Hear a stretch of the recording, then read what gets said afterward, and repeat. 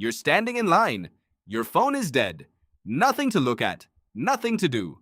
30 seconds pass and your skin starts to crawl. But the real answer for why that feeling exists is far stranger than annoyance. Boredom isn't a glitch in your brain. It's one of the oldest survival tools you own. Think about that. An emotion. Not hunger, not fear, boredom. Scientists used to dismiss it as nothing. But that changed.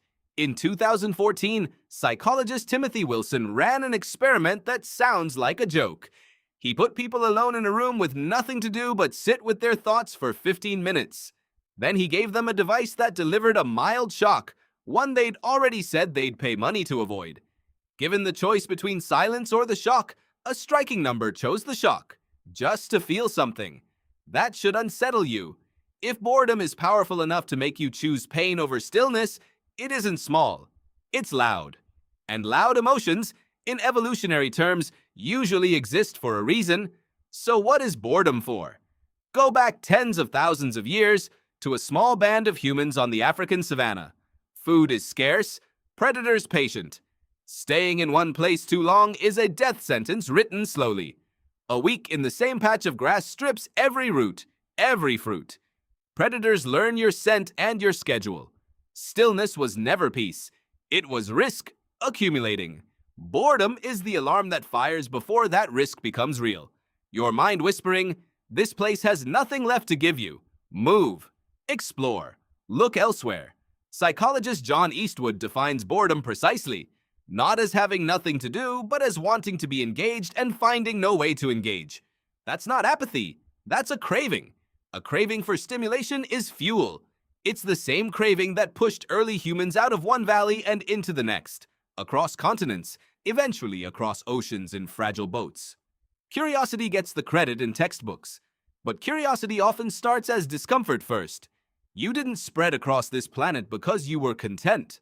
You spread across it because staying still made your skin crawl. But boredom doesn't just push you outward. It pushes you inward, toward ideas.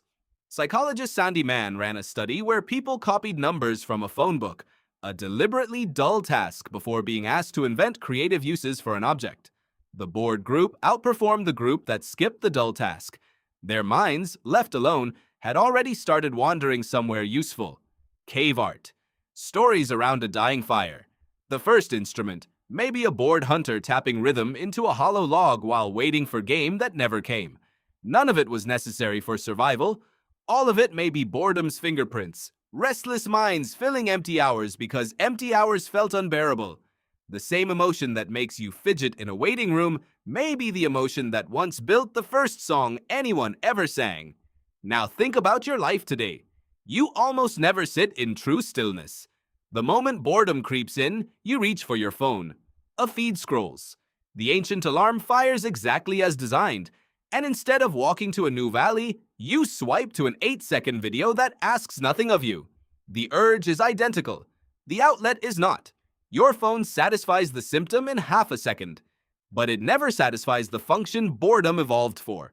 It never sends you exploring, never gives your mind the wandering time it needs to build something new. You're feeding the alarm without ever answering the question it was built to ask. When every idle second gets filled instantly, the wandering that follows boredom, the exact stretch where ideas form, never gets the chance to start. You're trading a signal built over millions of years for relief that resets in seconds. This doesn't mean the feeling is broken. A smoke detector doesn't stop being useful because someone uses it to announce dinner. It's still built to save you. It's just doing the wrong job. So the next time that itch arrives, treat it less like an emergency and more like a message. What haven't you explored lately? What idea have you been circling without ever chasing? Which brings you back to that line, phone dead. 30 seconds of nothing pressing in on you. That flicker of discomfort isn't malfunction. It's memory. The same signal that pulled a hungry ancestor toward the ridge above the next valley. The same voice that once sat a bored hunter beside a fire with nothing to do but hum a new sound into the dark. Maybe the goal was never to eliminate that feeling as fast as possible.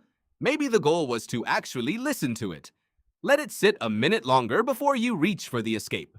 Because somewhere underneath that itch is the same ancient signal that built every song, every migration, every idea your species has ever had. The real answer for why you exist at all might be far stranger than you thought. Not despite the boredom, because of it.